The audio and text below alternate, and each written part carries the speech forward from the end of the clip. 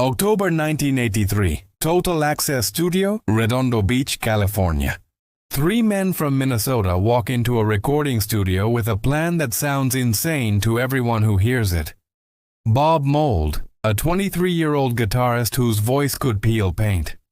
Grant Hart, a drummer who sang like an angel while hitting like a jackhammer.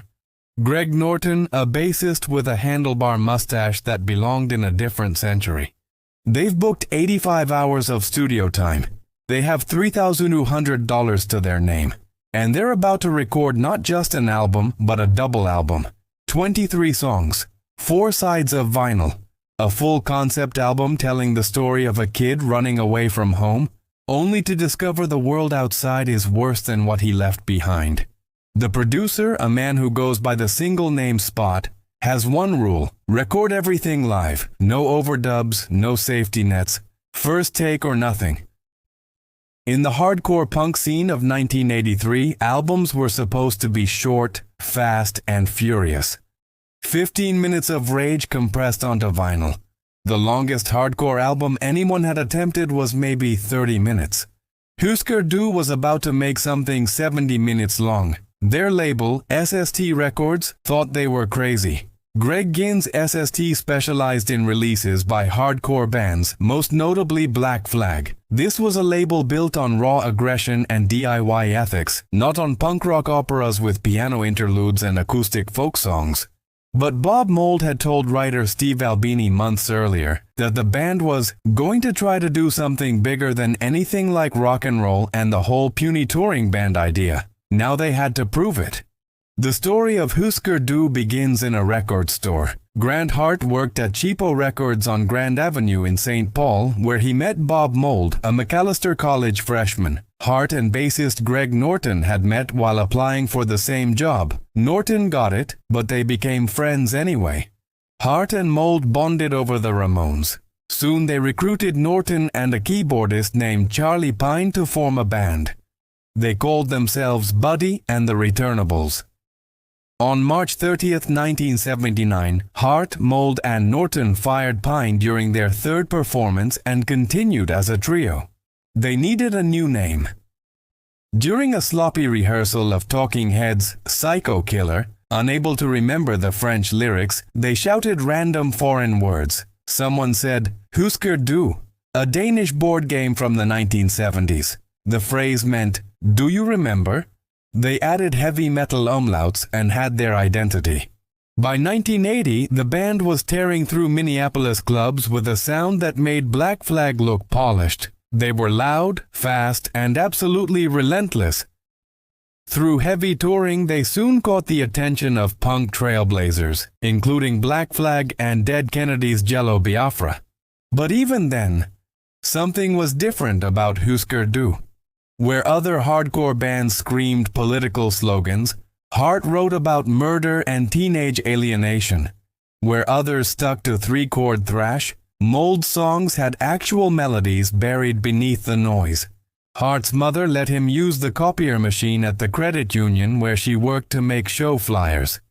And the band added $2,000 to an existing loan at the credit union to release their first single. Success was small and survival precarious. By 1982, Hart was unemployed and relying on friends and family.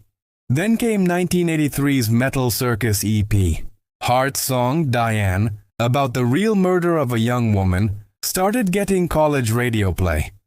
The band's melodic approach to hardcore was catching on. They were ready for something bigger. Summer 1983. A deconsecrated church in St. Paul, Minnesota. The band began rehearsing in a church-turned-punk squat, brainstorming lyrics and musical ideas during jam sessions that lasted several hours. Hart was squatting there, and the space became their laboratory. Bob Mould and Grant Hart were both writing at a furious pace. They'd always been the band's dual songwriters, trading vocal duties, their contrasting styles, Hart's higher-pitched vocals and Mould's baritone, giving the band a unique dynamic. But something was shifting between them. Before embarking to California to record Zen Arcade, Mold was moved by artwork that Hart had done for another band that did not list songwriting credits to demand that Zen Arcade list individual songwriter credits. It seems like a small thing, whose name goes next to which song, but it would plant seeds of tension that would eventually destroy the band. For now, though, creative competition was fuel. As Hart and Mold developed as musicians and songwriters, an unspoken tension and competition arose in the band between them. The songs they were writing were unlike anything in punk rock. Mold penned Broken Home, Broken Heart, a visceral depiction of family dysfunction. Hart wrote Pink Turns to Blue, a hauntingly melodic song about a drug overdose. They had acoustic numbers, piano pieces, psychedelic experiments. They were building a narrative, loose, impressionistic, but there. A kid escapes his abusive home. He joins the military. He finds religion. He falls in love. He loses everything. And then, in the album's twist ending, he wakes up to realize it was all a dream. The nightmare of his real life still awaits. It was ambitious. It was risky. It was everything hardcore punk wasn't supposed to be. And they had less than 4 days to capture it. The session started in October 1983. The band recorded 25 tracks, with all but 2 songs being first takes, in 40 hours. The entire album was then mixed in one 40-hour session. The entire album took 85 hours to record and produce and cost $3,200. Let that sink in. Most songs, 1 take. The whole thing, 85 hours start to finish. Spot, the producer, believed in capturing live energy. He prioritized the translation of Hüsker Dü's onstage intensity to tape by having the trio perform live in the studio, often without headphones to maintain natural interplay. The band recorded to analog 2-inch, 24-track tape. Close miking on everything. No effects, no polish, just 3 musicians in a room, playing like their lives depended on it. Former Black Flag vocalist Des Cadena contributed guest vocals on What's Going On. The band also cut 8 Miles High, a blistering Byrds cover that would be released as a separate single. Only 2 songs required multiple takes. Something I Learned Today and Newest Industry. They started too fast, according to the liner notes the band would later scrawl on the album. The mixing became an endurance test. The entire session, from basic tracks to final mix, was roughly about 100 hours. The final 40 hours were done straight through, Spot and the band pushing through exhaustion to get it right. None of it was perfect, Spot later said. But we just had to get it done. When they emerged from Total Access Studio, they had 23 songs that ranged from 90-second punk blasts to a 14-minute instrumental closer. They had acoustic folk, psychedelic freakouts, piano interludes, and some of the most intense hardcore ever committed to tape. They had Zen Arcade. Now they had to hope someone would listen. SST Records looked at the finished tapes and panicked. A double album from a hardcore band. Who was going to buy this? While the band insisted sales would be strong for Zen Arcade, SST initially pressed only between 3,500 and 5,000 copies of the album. It wasn't enough. When Zen Arcade hit record stores in July 1984, it sold out almost immediately. The album was out of stock for months afterward, and the delay in further copies stifled sales. But the critics heard what SST's bean counters couldn't see. This was something new. Rolling Stone's David Fricke described Zen Arcade as the closest hardcore will ever get to an opera, a kind of thrash quadrophenia. The New York Times praised it. NME praised it. Zen Arcade placed 8th in the Village Voice annual Pass and Job poll, and Robert Christgau declared that the song Turn on the News garnered his nomination for Song of the Year. The album wasn't just breaking hardcore's rules, it was rewriting them. Songs like Never Talking to You Again proved you could do acoustic folk in a punk context. Hare Krishna and the Tooth Fairy and the Princess brought psychedelia into the pit. Piano interludes like One Step at a Time added breathing room without killing momentum. And then there was Reoccurring Dreams, the 14-minute instrumental that closed the album. It was chaotic, jazzy, nightmarish, pushing sound to its absolute limits before ending in eerie calm. For listeners expecting typical hardcore, it was bewildering. For those ready to hear punk evolve, it was revelation. By spring of 1985, Zen Arcade had sold 20,000 copies, massive numbers for an independent punk release. More importantly, it had caught the attention of major labels. The critical praise given to the album drew attention from major labels, including Warner Bros. Records, with whom Hüsker Dü would eventually sign in 1986. The underground was about to go overground. Zen Arcade didn't just influence bands, it changed what was possible. The release of Zen Arcade inspired SST label mates Minutemen to record their own double album, Double Nickels on the Dime, in 1984. If Hüsker Dü could do it, why couldn't they? But the real impact would come later. Throughout the late 1980s and into the 1990s, bands started emerging that sounded like they'd been raised on Zen Arcade. The Pixies advertised for a bassist who liked Hüsker Dü. Dinosaur Jr. took the loud, quiet, loud dynamic straight from the Hüsker's playbook. Nirvana, Foo Fighters, Green Day, all of them cited Hüsker Dü as foundational. Billy Joe Armstrong of Green Day said, "There are no words that describe the huge impact Grant Hart and Bob Mould's music had on Green Day. We were 16 years old. Hüsker Dü was our favorite band. We became a three-piece because of Hüsker. To put it simply, there would be no Green Day if it wasn't for Hüsker Dü." Dave Grohl told an interviewer that discovering Zen Arcade was a revelation, discovering that punk rockers could write actual songs, melodies that stuck in your head forever. Spin magazine ranked Zen Arcade at number 4 on its list of top 100 alternative music albums, ahead of Nirvana's Nevermind at number 5. In 1989, it was ranked number 33 on Rolling Stone's list of the 100 greatest albums of the 1980s. The Rock and Roll Hall of Fame placed Turn on the News on its list of 500 songs that shaped rock and roll. What Hüsker Dü had done was prove that punk could grow up without selling out. You could have ambition, melody, and emotional depth while still maintaining intensity and authenticity. You could make a 70-minute double album for $3,200 and have it matter more than albums that cost $1 million. Hüsker Dü's work with Spot helped set the foundation for the alternative rock boom of the 90s. It was high art built on an independent budget, and its aesthetic success proved that punk could harness the full vocabulary of emotional life without losing its oppositional identity. But there was a cost. The practice of listing individual songwriter credits would continue on all of the band's subsequent albums and would contribute to ever-growing tensions between Mould and Hart. What started as creative competition turned into something darker.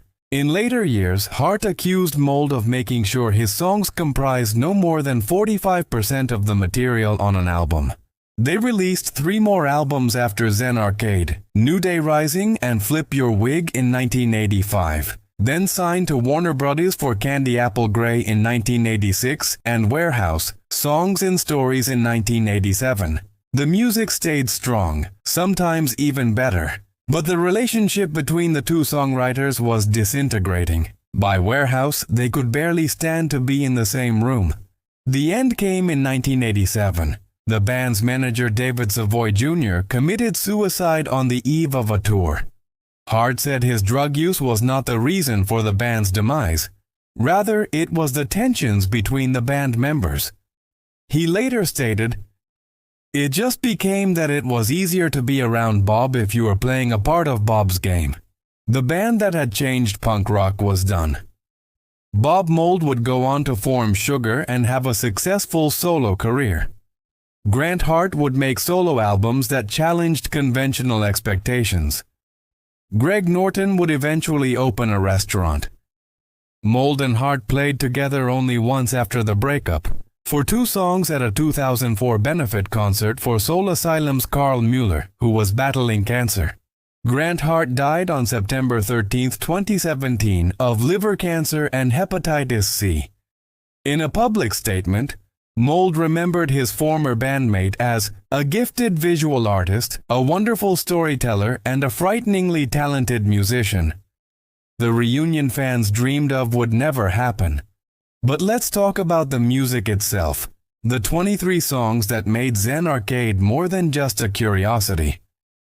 The album opens with Something I Learned Today, Mould's militaristic drum intro giving way to buzzing bass and searing guitar. It's a mission statement. We're still hardcore, but we're going somewhere new. Broken Home, Broken Heart depicts family dysfunction with brutal honesty. Chartered Trips has the protagonist joining the military, searching for escape. Never Talking to You Again, Hart's acoustic number is deceptively gentle, the kind of song that would have gotten them kicked out of most hardcore shows. Pink Turns to Blue might be Hart's masterpiece on the album, a drug overdose depicted with heartbreaking melodic beauty. Somewhere captures fleeting romance. What's Going On blends the two songwriters' voices in dissonant harmony. And then there's Reoccurring Dreams, the 14-minute instrumental that closes the album. It's chaotic, jazzy, experimental, at times bordering on unlistenable, at others achingly beautiful. It represents the album's revelation. The whole journey was a dream. The protagonist wakes up and his problems are still there. The album incorporated elements of acoustic folk, psychedelia, acoustic folk, pop, and piano interludes, concepts rarely touched upon in early 80s hardcore punk. Indicative of the band's artistic vision, they released no singles from the album. It was meant to be experienced as a whole. 4 decades later, Zen Arcade remains a touchstone. When people talk about albums that invented alternative rock, they mention Zen Arcade. When they discuss concept albums in punk, they start with Zen Arcade. When they trace the lineage from hardcore to indie to grunge to modern rock, Zen Arcade is always there. The album has been reissued multiple times on CD, vinyl, and streaming platforms. 2 tribute albums have been made. Do Huskers, The Twin Cities replays Zen Arcade in 1993, and Something I Learned Today, an international tribute to Zen Arcade in 2004. Musicians continue to cite it as foundational. It's in lists of greatest albums of all time, greatest punk albums, greatest indie albums, most influential albums. But its real legacy isn't in lists or sales figures. It's in what it proved possible. Before Zen Arcade, punk had rules. Fast was better than slow. Short was better than long. Simple was better than complex. Emotion was weakness. Hüsker Dü said, "What if punk could be all of those things? What if you could be fast and slow, simple and complex, aggressive and vulnerable, all in the same album? What if punk could grow up?" Zen Arcade didn't just answer those questions. It made them irrelevant. After Zen Arcade, punk could be anything. The DIY ethic didn't mean you had to stay small. Independence didn't mean you had to be simple. Hardcore intensity could coexist with melodic beauty and emotional honesty. While Hüsker Dü would later push back against SST's insistence on them working with Spot, eventually winning the right to produce themselves, they would never again recapture the roiling power and chaotic intensity he helped them showcase on Zen Arcade. October 1983, 85 hours, $3,200. 3 musicians at the peak of their powers, pushing each other to create something nobody thought possible. Zen Arcade is messy, ambitious, flawed, and brilliant, just like the band that made it. The tensions that created it would eventually destroy Hüsker Dü. Bob Mould and Grant Hart's creative competition produced some of the best music of the 1980s, but it came at the cost of their friendship and their band. Yet the album endures. Every time a punk band picks up an acoustic guitar, every time a hardcore group writes a song about heartbreak instead of politics, every time an independent band makes something ambitious on no budget, Zen Arcade is there, showing the way. The kid in the album's story wakes up to find his problems haven't gone away. But he's different now. He survived the journey, even if it was only in his dreams. Hüsker Dü survived their journey too, barely. They broke up before reaching the mainstream success that their influence suggested they deserved. But they left behind Zen Arcade, a document of creative ambition, hardcore intensity, and the moment when punk rock learned to dream. Do you remember?